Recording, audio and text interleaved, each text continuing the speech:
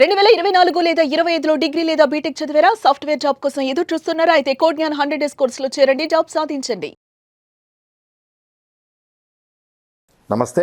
కొన్ని సందర్భాల్లో కుటుంబ వ్యవస్థలో అంటే భర్త ఇచ్చే హెరాస్మెంట్ అనుకోనివ్వండి, భార్యాభర్తలకి సరిపడిన వాతావరణం ఉన్నప్పుడు భర్త నుంచి విడిపోయి భార్య విడిగా ఉండటం జరుగుతుంది. అంటే బియాండ్ హర్ టాలరెన్స్. సో ఆ సందర్భాల్లో అంటే భర్త ఇంట్లో ఉన్నప్పుడు భర్త డ్యూటీ భార్యని బిడ్డల్ని పోషించడం. ఇటీవలే సుప్రీంకోర్టు కూడా చెప్పింది, కూలీ పనైనా చేసి భర్త భార్యాబిడ్డల్ని పోషించాలని చెప్పి ఒక 3 రోజుల క్రితమే ఒక పర్టికులర్ జడ్జిమెంట్లో సుప్రీంకోర్టు చెప్పడం జరిగింది.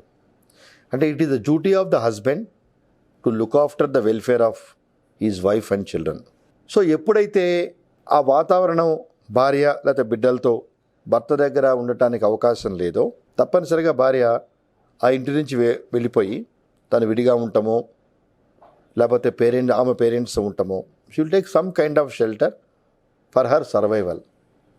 ఆ సందర్భంలో చట్టం సెక్షన్ 125 సిఆర్పిసి కింద మెయింటెనెన్స్ భర్త నుంచి పొందవచ్చు అనే ఒక వెసులుబాటుని కల్పించింది.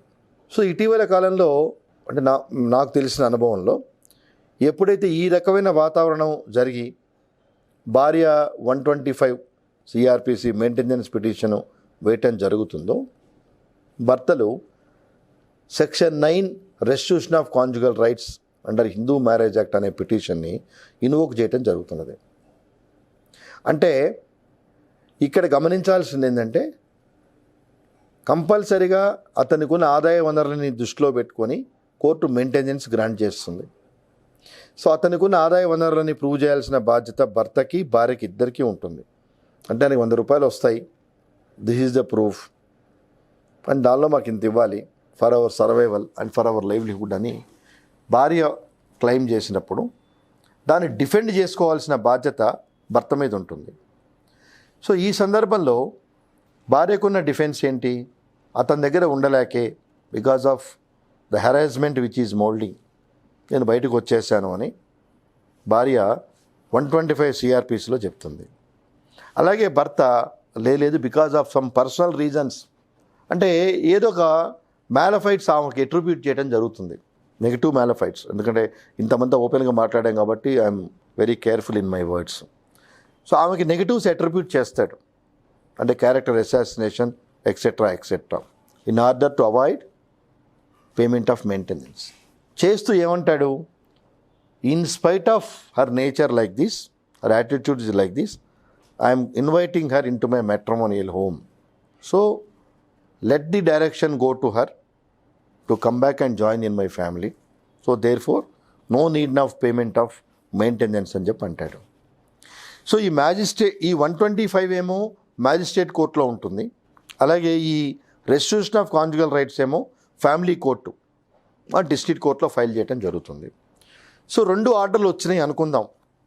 అంటే అక్కడ మెయింటెనెన్స్ కట్టమని భర్తకు వచ్చింది, అలాగే నువ్వు వెళ్ళి భార్యతో కాపురం చేయని చెప్పి భర్తతో కాపురం చేయని భార్యకు వచ్చింది. అంటే మెయింటెనెన్సు భర్త కట్టాలా, లేకపోతే భార్య restitution of conjugal rights order అయిందని చెప్పని హస్బెండ్తో చేరాలా అనేది it is very difficult and debatable situation. కానీ దానికి వెసులుబాటు కల్పిస్తూ భార్య మీతో వచ్చి ఉన్నా లేకపోయినా, as long as the continuity of relationship is there as wife and husband has to pay the maintenance to his wife as well as his minor children. అంటే పిల్లలకి 18 ఏళ్ళు వచ్చే వరకు కంపల్సరిగా as a father, as a husband, he has to pay maintenance to his wife and children. So first concept అది మీరు husbands గమనించాలి. Maintenance కేసులు చాలా ఉన్నాయి. ఈరోజు నేను గతంలో చాలాసార్లు మీ దృష్టికి తీసుకొచ్చాను. మిగతా కేటగిరీ ఆఫ్ కేసులతో పోలిస్తే ఆ కేటగిరీ ఆఫ్ కేసులతో సమానంగా ఫ్యామిలీ మ్యాటర్స్ ఉన్నాయి. ఫ్యామిలీ మ్యాటర్స్ అంటే ఇవన్నీ మెయింటెనెన్స్ కేసులు, డౌరీ కేసులు, 490 కేసులు, డైవర్స్ కేసులు, ఇవన్నీ కూడా ఫ్లోటింగ్ అవుతూ ఉన్నాయి రోజుకి ఓవరాల్గా చూస్తే. సో వీటన్నిటికీ మెయిన్ స్టిగ్మా ఏంటంటే, అంటే మెయిన్ రీజను సోషల్ ఇన్సెక్యూరిటీ. అంటే కొద్ది రోజులు అయిపోయిన తర్వాత ఈ వ్యవస్థ ఏ రకమైన పరిణామాలు దారితీస్తుందనే విషయం కనుక పరిగణలో తీసుకుంటే చాలా ఇబ్బందికరమైన పరిణామాలకు దారితీస్తుంది. సో దీన్ని దృష్టిలో పెట్టుకొని రెస్ట్రిక్షన్ ఆఫ్ కాంజుగల్ రైట్స్ భర్త సహజంగా అంటే బయటికి వెళ్ళిపోయే పరిస్థితి తను కల్పించబట్టే తను బయటికి వెళ్ళిపోయింది. మళ్ళీ అతను రమ్మంటాం అనేది ఆలోచించాల్సిన విషయం. ఇప్పుడు వాతావరణం సరిగ్గా ఉండి proper treatment, proper welfare measures భర్త ఇచ్చినప్పుడు no wife is willing to live her family. So కానీ తను వెళ్ళి వేరే ఇంట్లో ఉండి అంటే పిల్లలతో అయినా కావచ్చు, తనైనా కావచ్చు, నా మెయింటెనెన్స్ నాకు ఇవ్వాలి ఫర్ మై సర్వైవల్ని అడిగింది అంటే perhaps she might be vexed with her husband. కానీ వెళ్ళిపోయిన తర్వాత in order to avoid her legitimate obligations, so భర్తలు వాడే విధానం ఏంటంటే రెస్ట్రిక్షన్ ఆఫ్ కాంజుగల్ రైట్స్. కాబట్టి న్యాయస్థానాలు కూడా కూలంకుషంగా దీనిలో ఉన్న పారామీటర్స్ని, సో ఏం చేస్తే ఎలా ఉంటుంది ఏంటి అనేది పరిగణలో తీసుకొని వీటి మీద తీర్పులు పాటిస్తూ ఉంటాయి. అలాగే కొన్ని సందర్భాల్లో ఇక్కడ కూడా భర్త భార్య యొక్క ఉద్యోగం చేస్తున్నా, తను హైలీ క్వాలిఫై అయినా దాన్ని కూడా కోర్టు దృష్టికి తీసుకొని వచ్చి ఆ రకమైన వెసులుబాటు పొందే అవకాశం కూడా భర్తలకు ఉంది. దాని మీద కూడా తీర్పులు ఉన్నాయి. అంటే భార్య వెల్ ఎడ్యుకేటెడ్, అంటే ఈరోజు ఆమె ఉద్యోగం లేకపోవచ్చు, she can sustain her self, ఆమె చదువుకున్న చదువుకి తగిన ఉద్యోగం వచ్చే అవకాశాలు ఉన్నాయి, కాబట్టి నేను ఆమెను పోషించాల్సిన పని లేదు అని భర్త అంతవరకు అబ్జెక్షన్ తీసుకోవచ్చు. కానీ పిల్లల విషయం వచ్చినప్పటికీ హీ కెనాట్ రెఫ్యూజ్. అంటే భార్యాభర్తలు ఈవెన్ ఇంకొక అడుగు ముందుకెళ్ళి డైవర్స్ తీసుకున్నా కూడా, అది మనం వేరే సందర్భంలో మాట్లాడుకుందాం, డైవర్స్ తీసుకున్నా కూడా his obligation will not wiped off towards his children. కాబట్టి చిల్డ్రన్కి సంబంధించిన తండ్రి తన దగ్గర ఉంటే పిల్లల్ని ఎలా అతను చూసుకుంటాడో, ఎడ్యుకేషన్ పరంగా కానివ్వండి, ఎకనామికల్ పరంగా కానివ్వండి, వెల్ఫేర్ పరంగా కానివ్వండి, ఏ రకమైన వెసులుబాటు అతను తీసుకుంటాడో on the same passion, on the same way పిల్లలు మదర్ దగ్గర ఉన్నప్పుడు కూడా ఆ రకమైన వెసులుబాటు కల్పించాల్సిన సోషల్ ఆబ్లిగేషన్ అనేది తండ్రి మీద ఉంది. సో ఈ ఆబ్లిగేషన్స్ నుంచి తప్పించుకోవాలంటే court will not leave just like that. అందుకే మీరు 125 సబ్ క్లాస్ 4 సెక్షన్ కనుక చూపిస్తే husband has to show sufficient reasons for not incline to make the maintenance to his wife అనేది చాలా స్పష్టంగా చెప్పడం జరిగింది.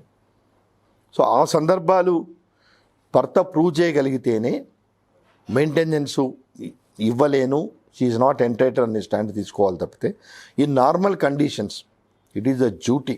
అందుకే మళ్ళీ చెప్తున్నాను, 3 days బ్యాకే కూలీ పని చేసైనా భర్త అనేటివాడు భార్యాబిడ్డల్ని పోషించాలి అని చెప్పని సుప్రీంకోర్టు చాలా స్పష్టంగా చెప్పడం జరిగింది. అంటే సుప్రీంకోర్టు తీర్పులు, న్యాయస్థాన తీర్పులు నేను ఎందుకు ప్రస్తావించడం జరిగిందంటే అవి అంత స్ట్రిక్ట్గా జడ్జిమెంట్లో అవి ఉన్నాయి కాబట్టే at least people are properly following their duties and responsibilities. So ఆ భయము వెసులుబాటు లేకపోతే న్యాయం జరిగే అవకాశాలు చాలా తక్కువ ఉన్నాయి, విచ్చలవిడితనం అయిపోతుంది, ఎవరి పాటికి వాళ్ళు ప్రవర్తించే పరిస్థితి వస్తుంది. సో ఈ తీర్పులు, కోర్టులు, ఆ కోర్టు ఆర్డర్లు శివసం పాటించకపోతే జరిగి రిపర్కషన్స్ని దృష్టిలో పెట్టుకునే అట్లీస్ట్ ఈ రోజుకి అన్ని దేశాల్లో న్యాయస్థానాల యొక్క తీర్పులకి జనాలు విలువిచ్చి ఈ మాత్రం లా అండ్ ఆర్డర్ సిచ్యువేషన్ అయినా సొసైటీలో ప్రివేల్ అవుతున్నది. కాబట్టి సుమన్ టీవీ ప్రేక్షకులకి తెలియజేసేది ఏంటంటే ఈ కార్యక్రమం ద్వారా ఎప్పుడైనా భార్య మెయింటెనెన్స్ చేసినప్పుడు దాన్ని అవాయిడ్ చేయడానికి మీరు రెస్ట్రిక్షన్ ఆఫ్ కాంజుగల్ రైట్స్ వేయకుండా, అలాగే భార్యలు కూడా మీరు మెయింటెనెన్స్ క్లెయిమ్ చేశారు, మీ భర్త కాపురానికి రమ్మన్నాడు, ఆ సందర్భంలో పిల్లలు ఉన్నట్టయితే పిల్లల భవిష్యత్తును దృష్టిలో పెట్టుకొని you revisit or you rethink about the facts and circumstances. ఎందుకంటే సరే ఫాదర్ కానీ మదర్ కానీ న్యాచురల్గా కాలం చేస్తే that is a different aspect. ఫిజికల్గా ఉన్నప్పుడు children should not deprive the love of either spouse. There is no point. So children should not deprive the love and affection of either spouse. That is their birth right. ఎందుకంటే భార్యాభర్తలుగా వాళ్ళకి జన్మనిచ్చినందుకు at the same time it is our duty to extend our love and affection both mother and father. Otherwise they will deprive. And there are so many instances single father parent ఉన్న childrens వాళ్ళ mindset కానీ వాళ్ళ mingle in the society కానీ normal children కన్నా కొంత డిఫరెంట్గా ఉండడం జరుగుతుంది because they have deprived. So మన పిల్లలు సొసైటీకి బర్డెన్ కాకుండా ఒక మంచి పౌరులుగా మనం తీర్చిదిద్దాలంటే మనలో ఎన్ని పొరపచ్చాలున్నా మన వివాహ వ్యవస్థను గౌరవించి మనం పెళ్లి చేసుకొని మన ద్వారా పిల్లలు అనేది జన్మనివ్వటం జరిగింది. కాబట్టి my appeal to all the parents, మనకి ఎన్నున్నా ఈ కేసులు వీలైనంత వరకు మనలో మనం సాల్వ్ చేసుకోవడానికి ప్రయత్నిస్తాం. పిల్లల భవిష్యత్తును దృష్టిలో పెట్టుకోనైనా let us continue our family relationship as children are going to become asset to the society. ఈ యొక్క సలహాలు సూచనలు కుటుంబ వ్యవస్థ చక్కగా జరగడానికి ఉపయోగపడుతుందని చెప్పి భావిస్తూ నమస్కారం.